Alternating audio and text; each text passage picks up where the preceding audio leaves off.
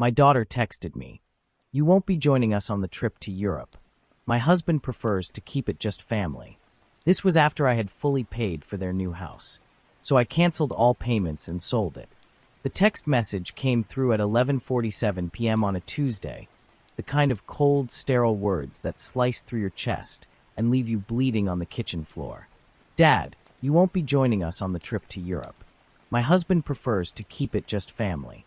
I read it 3 times, each word hitting harder than the last, before setting my phone down on the granite countertop I'd helped pay for in the house I'd bought them outright just 18 months earlier.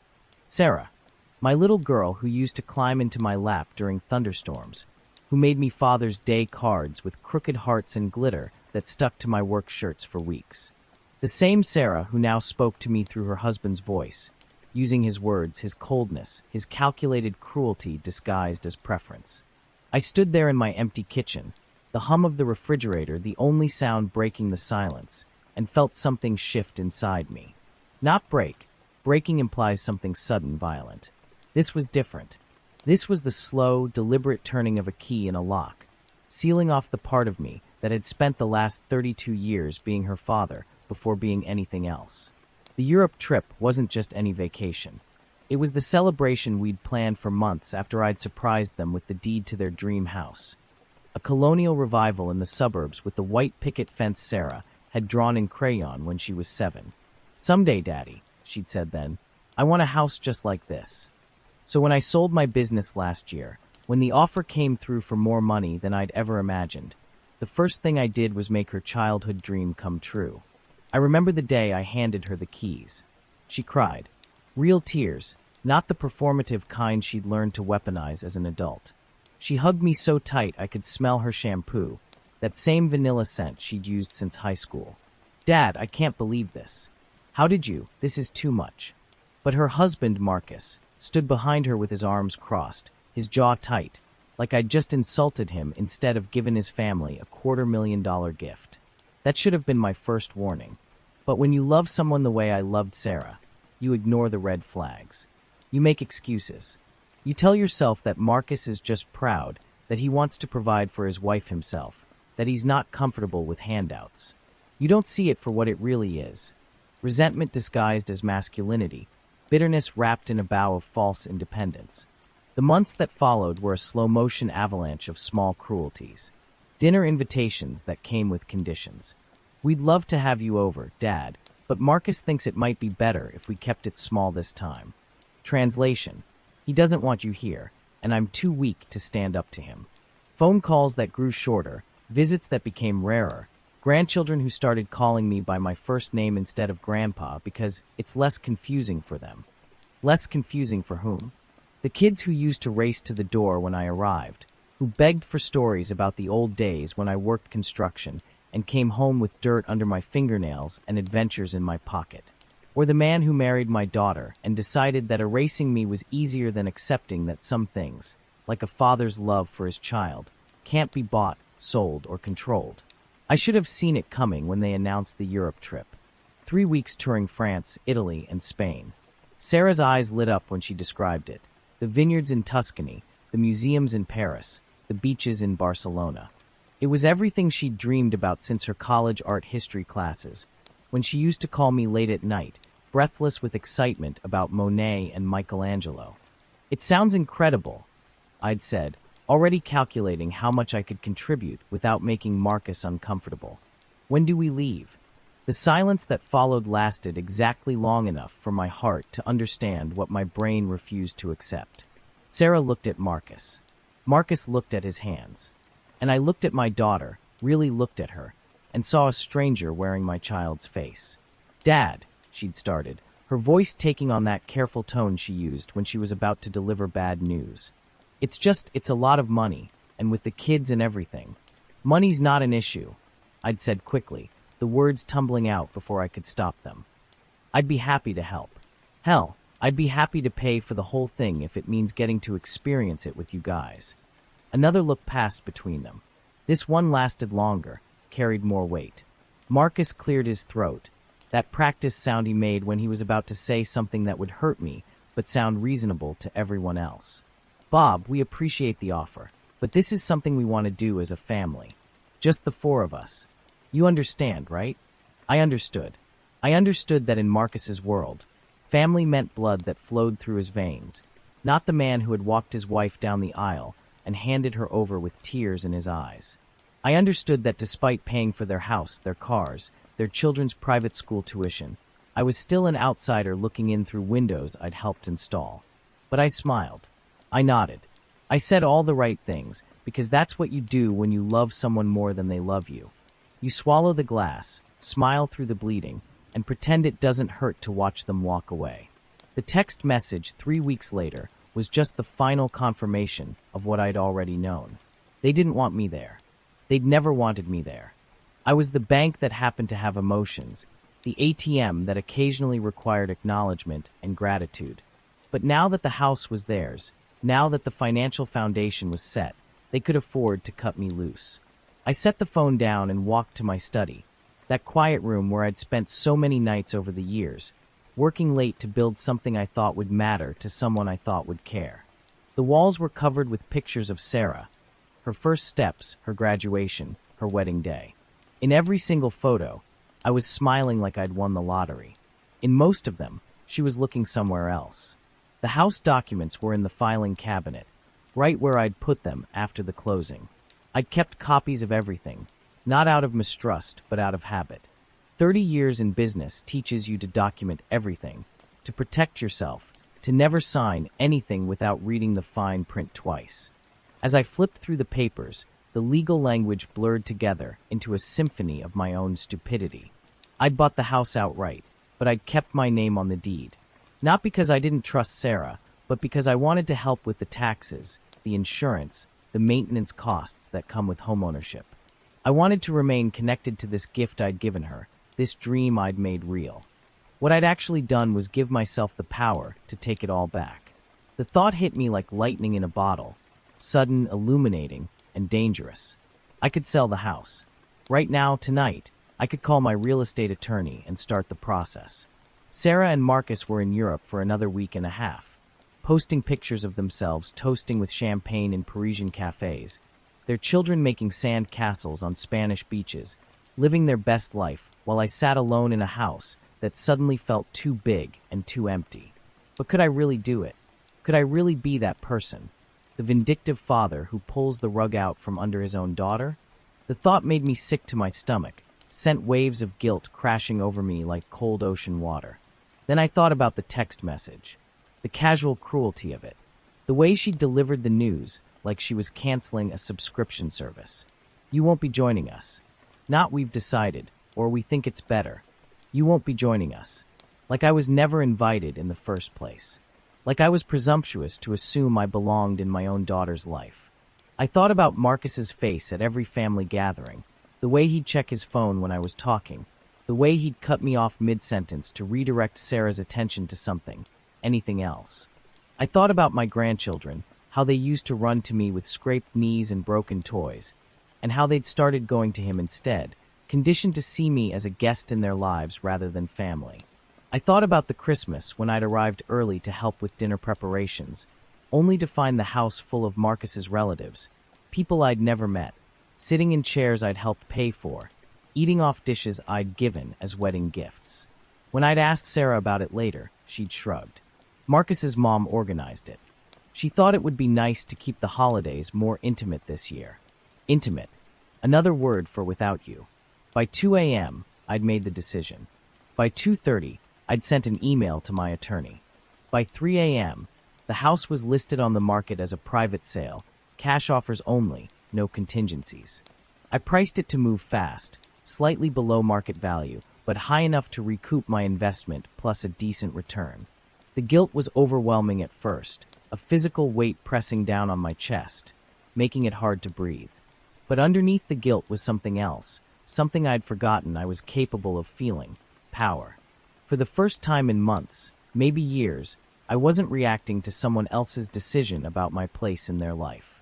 I was making my own choice, taking my own action, controlling my own destiny. The house sold in 4 days. Cash offer, as is, closing in 10 days.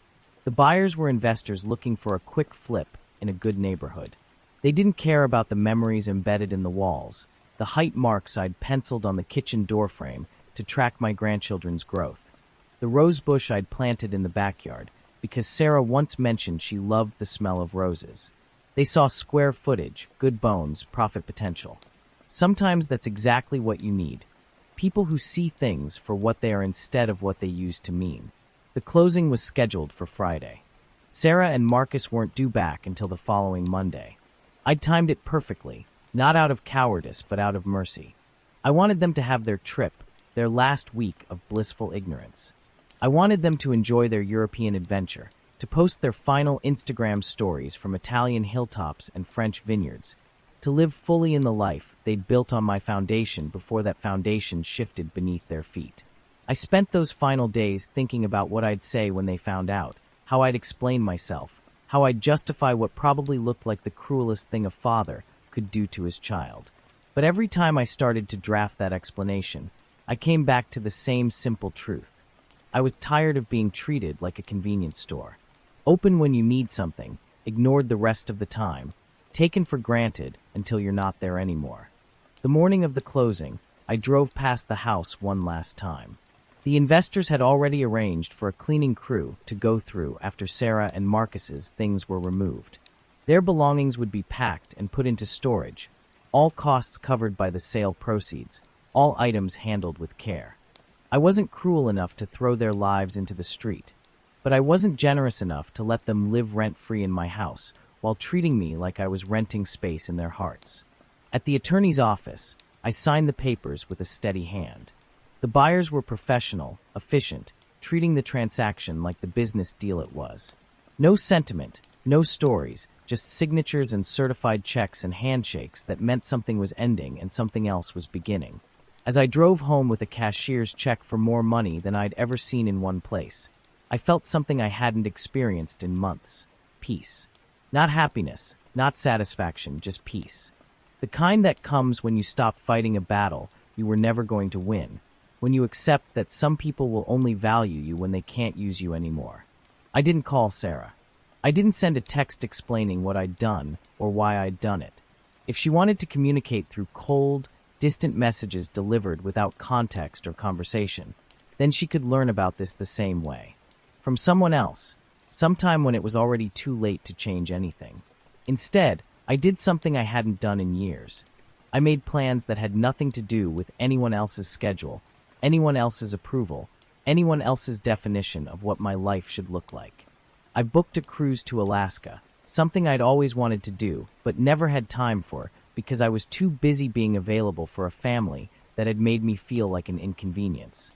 3 days before Sarah and Marcus were due back, I got a call from the storage company. They'd received a call from someone claiming to be the homeowner, demanding to know why their things had been packed up and why there were strangers in their house.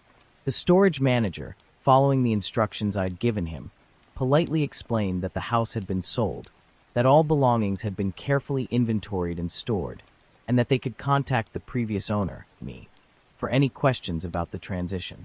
I let that call go to voicemail too. The next call came 6 hours later. Then another. Then another. By evening, my phone was buzzing every few minutes with calls from Sarah, from Marcus, from numbers I didn't recognize but could probably guess. I turned the phone off and went to bed early, sleeping better than I had in months. When I finally turned my phone back on the next morning, there were 27 missed calls and 14 voicemails. I deleted them all without listening. Whatever they had to say, I'd heard it before in different words. The only difference now was the desperation, the panic, the dawning realization that actions have consequences, and sometimes those consequences are final. The confrontation came on Tuesday morning. I was having coffee on my back deck, watching the birds at the feeder I'd hung just for moments like these, when I heard car doors slamming in my driveway. Angry car doors, slammed with the force of fury barely contained. I didn't get up. I didn't rush to the door or peek through the windows. I just sat there, coffee growing cold in my hands, listening to the sound of footsteps marching up my walkway like soldiers approaching a battle they were sure they'd win. The knocking started soft, tentative. "Dad, Dad, we need to talk." Sarah's voice, but different. Smaller. uncertain in a way I hadn't heard since she was a child afraid of thunderstorms. When I didn't answer, the knocking got harder. Marcus's voice joined hers, though his carried a different tone. Anger instead of confusion, demand instead of request. "Bob, open the door. We know you're in there." I finished my coffee slowly, rinsed the cup in the sink, and walked to the front door. Through the peephole, I could see them both. Sarah looked tired, jet-lagged, her hair pulled back in a messy ponytail. Marcus stood beside her, his jaw set in that familiar expression of barely controlled rage that I'd seen so many times when he thought I was overstepping some invisible boundary he'd drawn around my daughter's life. I opened the door, but didn't invite them in. "Dad." Sarah's voice broke on the word, and for a moment, she was 7 years old again, coming to me with tears in her eyes and a broken toy in her hands. "Dad, they said you sold our house. That can't be right. That has to be some kind of mistake." I looked at her for a long moment, taking in the face I'd memorized in 1,000 different expressions. Happy, sad, angry, excited, thoughtful, peaceful. I'd seen her through every stage of life, from infant to adult, and I'd loved every version of her with a devotion that never wavered, never questioned, never demanded anything in return except the chance to keep loving her. But I'd never seen this expression before. This combination of disbelief and dawning understanding. The look of someone realizing that the ground they'd been standing on was never as solid as they'd thought. "It's not a mistake," I said quietly. Marcus exploded. "What the hell is wrong with you? That's our house. Our kid's home. You can't just sell someone else's house." I turned my attention to him, this man who'd married my daughter, and immediately set about erasing me from the life I'd spent decades building with her. "Actually, I can. My name was on the deed. The house was mine to sell." "That's not how families work," he shouted, his face reddening with the kind of anger that comes when someone used to getting their way suddenly discovers they have no power in a situation. "You don't just destroy your own daughter's life because you're having some kind of breakdown." "Marcus." I said his name quietly, but something in my tone made him stop yelling. "When was the last time you treated me like family?" The question hung in the air between us like smoke from a fire that had been burning too long to put out. Sarah was crying now, quiet tears that she wiped away with the back of her hand, the same gesture she'd made as a child when she'd disappointed me and knew it. "Dad, I don't understand why you're doing this," she whispered. "If you were upset about the trip, you should have said something. We could have talked about it." I almost laughed. "Almost. Talked about it? Like we talked about Christmas dinner with your in-laws? Like we talked about the kids calling me Bob instead of Grandpa? Like we talked about you screening my calls through Marcus?" Her face went pale. That's not how it was." "Then how was it, Sarah?" "Because from where I was standing, it felt like I was being slowly erased from your life. One exclusion at a time, one boundary at a time, one preference at a time, until I wasn't your father anymore. I was just the old man who paid for things." Marcus stepped forward, his hands balled into fists. "You bought that house as a gift. You can't take back a gift just because you're not getting enough attention."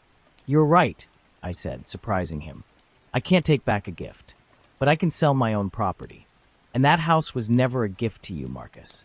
It was a gift to my daughter, who used to love me before she married someone who saw me as competition instead of family." "This is insane," he said, but his voice had lost some of its edge. He was starting to understand that this wasn't a negotiation, wasn't something he could argue his way out of with logic or intimidation.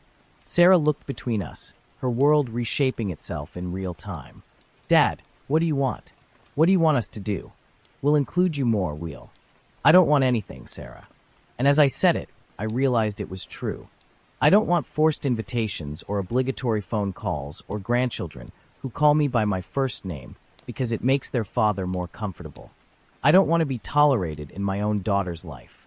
"But where are we supposed to live?" she asked, and there it was. The practical question underneath all the emotion. Not, how do we fix this? Or, how do we rebuild what we've broken? Just, where are we supposed to live? "I don't know," I said honestly. "But I know it won't be in a house I paid for while being treated like a stranger in my own family." Marcus grabbed Sarah's arm. "Come on. We're not going to stand here and be lectured by some bitter old man who—" "Don't." My voice cut through his words like a blade.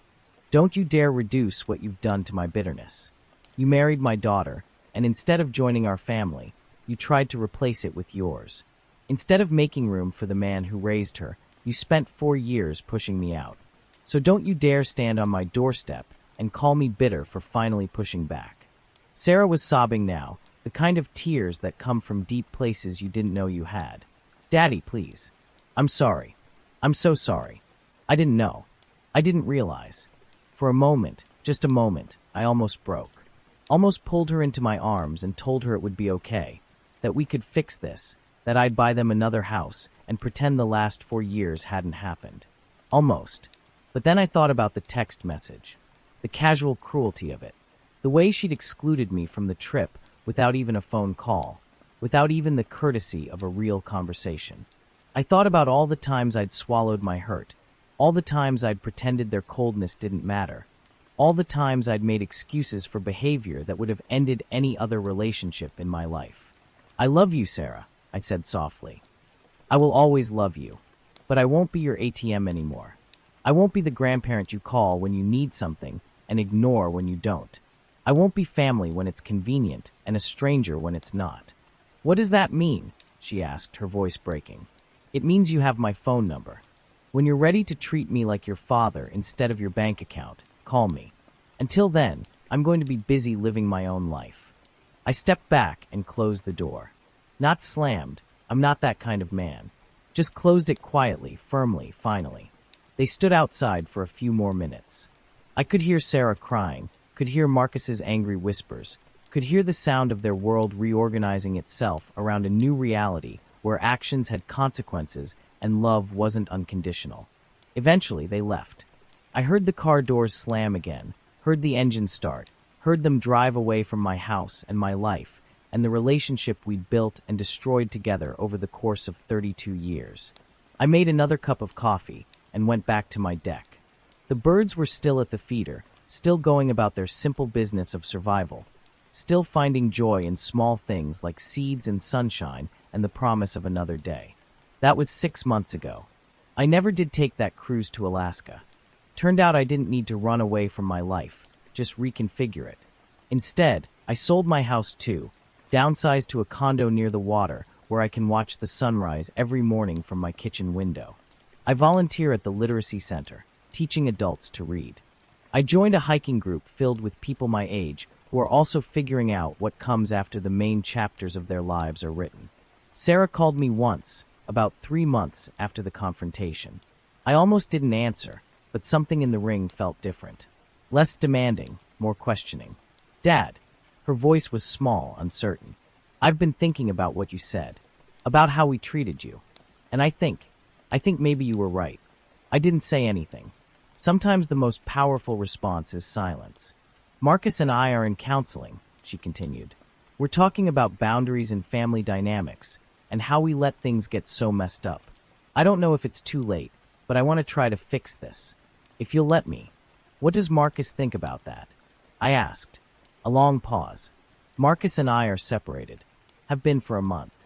Turns out when you build a marriage on excluding people who love you, it doesn't create the intimacy you thought it would. It just creates isolation." I felt a flicker of something. Not satisfaction, not vindication, just sadness for the mess we'd all made of something that should have been simple. "I'm sorry to hear that," I said, and meant it. "Dad, I know I can't undo what I did. I know saying sorry isn't enough. But I want you to know that I understand now. I understand what we took from you, what I let him take from you. And I'm ready to rebuild this if you are." I looked out at the water, at the boats coming in from their morning fishing runs, at the seagulls wheeling and diving for whatever treasures the tide had brought in. "Sarah," I said finally, "I've learned something these past few months. I've learned that love isn't about what you're willing to sacrifice. It's about what you're willing to protect. And I spent so many years sacrificing my dignity, my boundaries, my own needs to keep you in my life that I forgot to protect the relationship we were supposed to have." "I know," she whispered. "I know, and I'm sorry. The house money is in an education fund for the kids," I said. "All of it. They can use it for college or trade school or whatever they decide to do with their lives. But it's theirs, not yours. Not Marcus's. Theirs." She was crying again, but softer this time. Thank you. And Sarah, if you want to rebuild this, we do it slowly. We do it honestly. And we do it as adults who respect each other, not as a parent and child where one person gets to make all the demands and the other person is expected to meet them. Yes, she said quickly. Yes, I understand. Good. Then maybe you and the kids would like to come see my new place next weekend. I can make that French toast you used to love, and we can take a walk on the beach. Just us. No agenda, no expectations, no one else's preferences to consider. The silence that followed was different from all the others.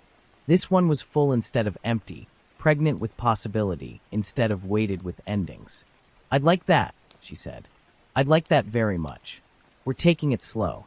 Sunday morning breakfasts, afternoon walks, phone calls that happen because we want to talk to each other instead of because someone needs something. The kids are calling me grandpa again. Not because anyone told them to, but because that's who I am to them when no one is trying to edit our relationship for someone else's comfort. Marcus and I will probably never be friends, but we don't need to be. He's their father, I'm their grandfather, and there's room in their lives for both relationships to exist without one canceling out the other. It's a lesson I wish we'd all learned earlier, but some wisdom only comes through damage. Last week, Sarah mentioned that she'd been saving money for a trip. Nothing fancy, she said. Maybe just a long weekend somewhere pretty. I was thinking maybe you'd like to come with us. If you want to. No pressure. I smiled, remembering another trip, another invitation, another time when family meant something different than it does now. I'd love to, I said, as long as you promise me one thing. What's that? Next time you want to exclude me from something, you tell me to my face. No text messages, no second-hand messages through other people. You look me in the eye and tell me why, and we talk about it like the adults we are. She nodded, understanding that this wasn't just about trips or invitations, but about respect, dignity, and the basic courtesies that hold families together. Deal, she said. And for the first time in years, when she said it, I believed her. The morning sun is streaming through my kitchen window as I finish writing this, painting everything in shades of gold and possibility. Somewhere across town, my daughter is making breakfast for my grandchildren, probably burning the toast like she always did, probably letting them eat too much syrup on their pancakes. Tonight she'll call me to tell me about their day, and I'll tell her about mine, and neither of us will have to pretend that we're anything other than what we are. Two people who love each other enough to do the hard work of rebuilding what we nearly destroyed. The house I sold is probably beautiful by now. The investors flipped it, put it back on the market, sold it to a young family who will fill it with their own memories and their own dreams. I drive past it sometimes, and I feel nothing but gratitude. Not for the money, but for the lesson it taught me about the difference between being generous and being used. Some gifts, it turns out, are too expensive to give. Not because of what they cost you, but because of what they cost the people you give them to. When you give someone something they haven't earned, something they don't value, something they can't appreciate, you're not helping them.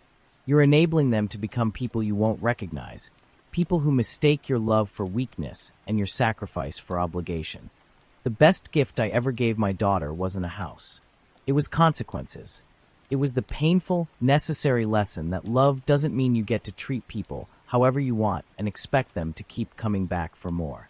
It was the reminder that family is a privilege, not a right, and like all privileges, it can be revoked when it's abused. We're building something better now.